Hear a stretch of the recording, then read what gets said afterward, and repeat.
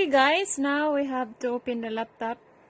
So, unscrew natin. So, we have to unscrew para ma-open natin yung yung cover niya sa likod.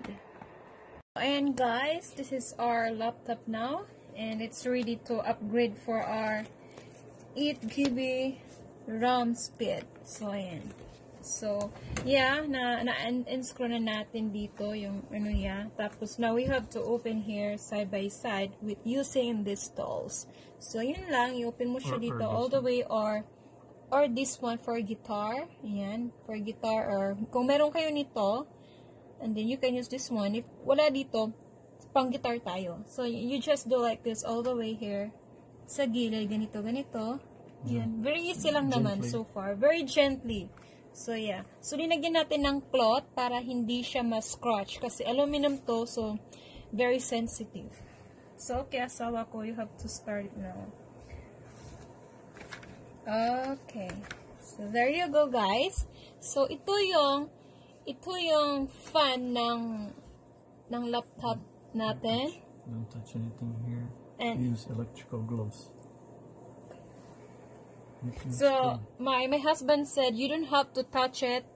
Dapat daw, maggamit ka ng electrical gloves. So, ito yung memory. So, kung gusto mo ma-upgrade more memory para maka-save ka ng maraming video, mga documents. So, dito lang ilalagay.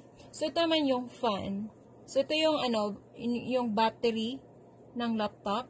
Tapos, ito yung memory. Ito yung speed, ito yung RAM. So, bumili ako nitong laptop to, brand new to, and then, may 8 GB na siya. So, bumili ako ng another 8 GB para 16 GB siya, para mas maganda at mas mabilis.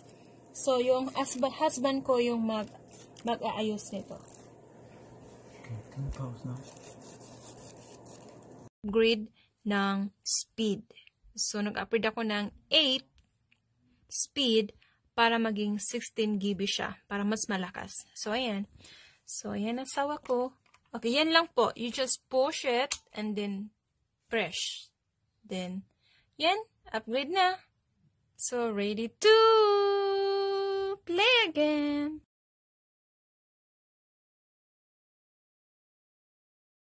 So, hi guys, and finally, I'm done with my job by upgrading my laptop into 16 GB. So first, when you buying RAM, just to make sure na compatible siya in your laptop.